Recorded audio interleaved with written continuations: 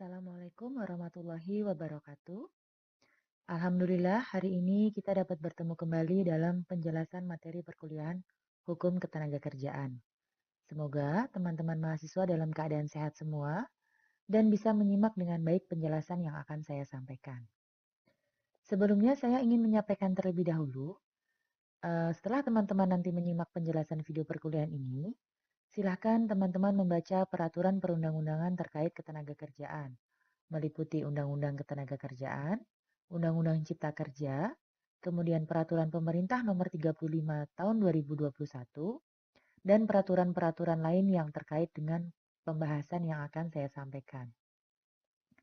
Karena dalam pembahasan yang saya sampaikan nanti, terdapat beberapa ketentuan yang telah berubah sesuai dengan Undang-Undang Cipta Kerja, namun juga masih ada yang mengacu pada peraturan perundang-undangan yang lama. Selain itu, tolong teman-teman juga membaca buku yang saya referensikan di dalam RPS untuk menambah pemahaman tentang materi perkuliahan yang saya sampaikan melalui media ini. Dan pada hari ini, pada kesempatan ini, saya akan mengajak teman-teman untuk membahas tentang perlindungan tenaga kerja.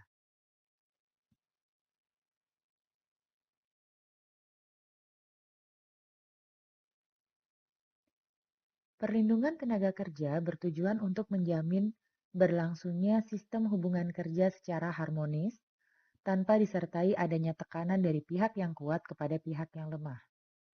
Untuk itu, pengusaha wajib melaksanakan ketentuan perlindungan tenaga kerja sesuai dengan peraturan perundang-undangan yang berlaku. Prinsip dari perlindungan tenaga kerja adalah perlakuan yang sama kepada pekerja atau buruh tanpa membedakan status hubungan kerjanya.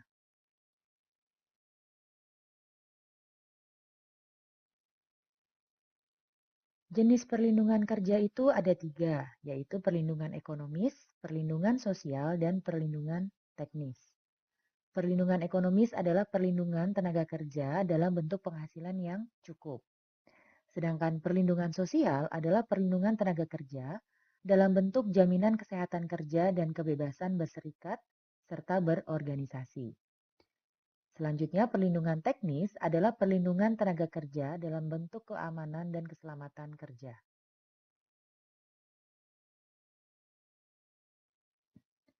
Objek dari perlindungan tenaga kerja itu meliputi perlindungan atas hak-hak dalam hubungan kerja, kemudian ada perlindungan atas hak-hak dasar pekerja untuk berunding dengan pengusaha dan mogok kerja, lalu perlindungan keselamatan dan kesehatan kerja, perlindungan khusus bagi pekerja perempuan, anak dan penyandang cacat, perlindungan tentang upah, kesejahteraan dan jaminan sosial tenaga kerja, dan perlindungan atas hak pemutusan hubungan tenaga kerja.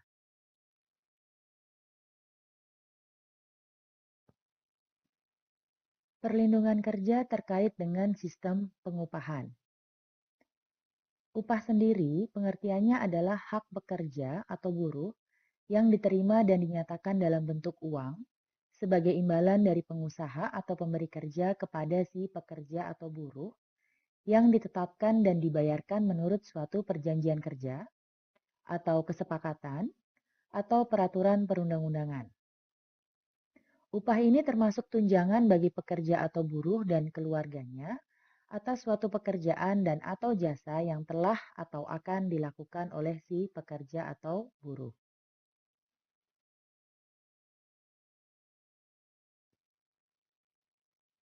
Ini adalah kebijakan pengupahan yang ditetapkan oleh pemerintah. Tujuan pekerja melakukan pekerjaan adalah untuk mendapatkan penghasilan yang cukup, di mana penghasilan tersebut digunakan untuk membiayai kehidupannya bersama keluarganya. Nah, penghasilan yang cukup ini adalah penghasilan yang layak bagi kemanusiaan. Penghasilan tersebut dapat berupa upah yang diterimanya secara teratur dan berkala. Setiap pekerja atau buruh itu berhak atas penghidupan yang layak bagi kemanusiaan. Untuk mewujudkan penghasilan yang memenuhi penghidupan yang layak bagi kemanusiaan, maka pemerintah menetapkan kebijakan pengupahan. Pemerintah pusat atau daerah dalam merumuskan kebijakan pengupahan dan pengembangan sistem pengupahan itu dibantu oleh Dewan Pengupahan yang terdiri dari unsur pemerintah, organisasi pengusaha, serikat pekerja atau serikat buruh, pakar, dan akademisi. Kebijakan pengupahan itu bisa meliputi upah minimum, kemudian struktur dan skala upah, lalu upah kerja lembur, upah tidak masuk kerja, upah tidak melakukan pekerjaan karena alasan tertentu, bentuk dan cara pembayaran upah, hal-hal yang dapat diperhitungkan dengan upah, dan upah sebagai dasar perhitungan atau pembayaran hak dan kewajiban lainnya.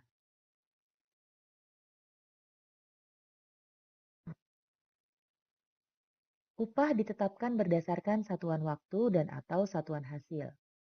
Hak pekerja atau buruh atas upah itu timbul pada saat terjadi hubungan kerja di antara pekerja atau buruh dengan pengusaha dan berakhir pada saat putusnya hubungan kerja tersebut. Setiap pekerja atau buruh berhak memperoleh upah yang sama untuk pekerjaan yang sama nilainya. Gubernur menetapkan upah minimum provinsi yang berlaku di seluruh kabupaten atau kota dalam wilayah provinsinya. Penetapan ini dilakukan dengan mendasarkan pada kondisi ekonomi dan ketenagakerjaan, dengan menggunakan data yang bersumber dari lembaga yang berwenang di bidang statistik di provinsi tersebut. Selain itu, gubernur juga dapat menentukan upah minimum kabupaten atau kota yang berlaku dalam satu wilayah kabupaten atau kota saja. Penetapan ini dilakukan dengan syarat tertentu, yaitu disesuaikan dengan pertumbuhan ekonomi daerah atau inflasi pada kabupaten atau kota yang bersangkutan. Dan upah minimum kabupaten atau kota itu harus lebih tinggi dari upah minimum provinsi. Upah minimum dihitung dengan menggunakan formula perhitungan upah minimum. Formula ini memuat variabel pertumbuhan ekonomi atau inflasi. Dan upah minimum berlaku bagi pekerja atau buruh dengan masa kerja kurang dari 1 tahun pada perusahaan yang bersangkutan.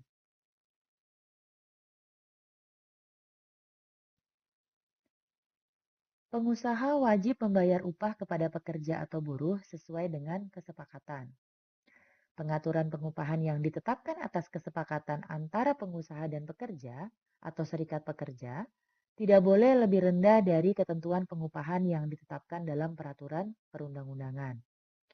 Jika kesepakatan upah tersebut lebih rendah atau bertentangan dengan peraturan perundang-undangan, maka kesepakatan tersebut menjadi batal demi hukum dan pengaturan pengupahan dilaksanakan sesuai dengan ketentuan peraturan perundang-undangan.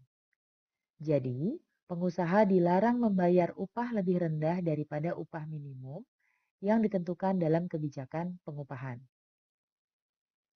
Pengusaha yang sengaja atau lalai hingga mengakibatkan keterlambatan pembayaran upah dikenakan denda sesuai dengan persentase tertentu dari upah si pekerja atau buruh. Begitupun sebaliknya, pekerja atau buruh yang melakukan pelanggaran karena kesengajaan atau kelalaiannya dapat dikenakan denda juga. Pengenaan denda pengusaha dan denda pekerja atau buruh diatur oleh pemerintah. Upah di atas adalah upah minimum didasarkan pada kesepakatan antara pengusaha perusahaan.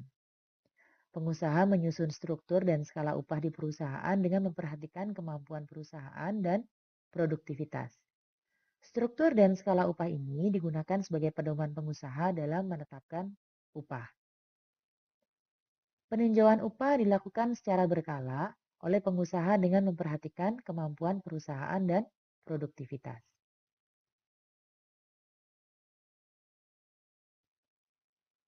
Ketentuan upah minimum dikecualikan bagi usaha mikro dan kecil. Upah pada usaha mikro dan kecil ditetapkan berdasarkan kesepakatan antara pengusaha dan pekerja atau buruh di perusahaan, di mana kesepakatan upah tersebut sekurang-kurangnya sebesar prosentase tertentu dari rata-rata konsumsi masyarakat berdasarkan data yang bersumber dari lembaga yang berwenang di bidang statistik.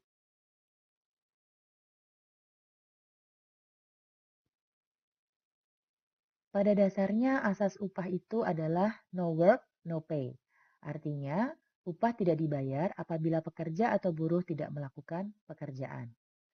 Namun, ketentuan ini menjadi tidak berlaku dan pengusaha tetap wajib membayar upah Apabila yang pertama, pekerja atau buruh sakit selama 12 bulan berturut-turut dengan surat keterangan dokter sehingga tidak dapat melakukan pekerjaan. Yang kedua, pekerja atau buruh perempuan yang sakit pada hari pertama dan kedua masa haidnya sehingga dia tidak dapat melakukan pekerjaan. Yang ketiga, pekerja atau buruh tidak masuk bekerja karena pekerja atau buruh itu menikah, atau dia menikahkan, atau dia menghitankan, atau dia membaptiskan anaknya. Atau juga bisa misalnya istrinya melahirkan atau keguguran kandungan. Suami atau istri atau anak atau menantu atau orang tua atau mertua atau anggota keluarga dalam satu rumah meninggal dunia. Nah, di situ pekerja bisa dikecualikan untuk tetap mendapatkan upah meskipun dia tidak masuk bekerja. Pekerja buruh tidak dapat melakukan pekerjaannya karena sedang menjalankan kewajiban terhadap negara, itu bisa juga tetap diberikan upah. Lalu pengecualian asas no work no pay tadi juga berlaku ketika pekerja atau buruh tidak dapat melakukan pekerjaannya karena menjalankan ibadah yang diperintahkan agamanya. Atau pekerja atau buruh bersedia melakukan pekerjaan yang telah dijanjikan, tetapi pengusaha tidak mempekerjakannya, baik karena kesalahan sendiri maupun halangan yang seharusnya dapat dihindari oleh si pengusaha. Buruh juga tetap mendapat upah meskipun dia tidak bekerja ketika pekerja atau buruh melaksanakan hak istirahat atau melaksanakan tugas serikat pekerja atau serikat buruh atas persetujuan dari pengusaha. Dan pekerja atau buruh melaksanakan tugas pendidikan dari perusahaan.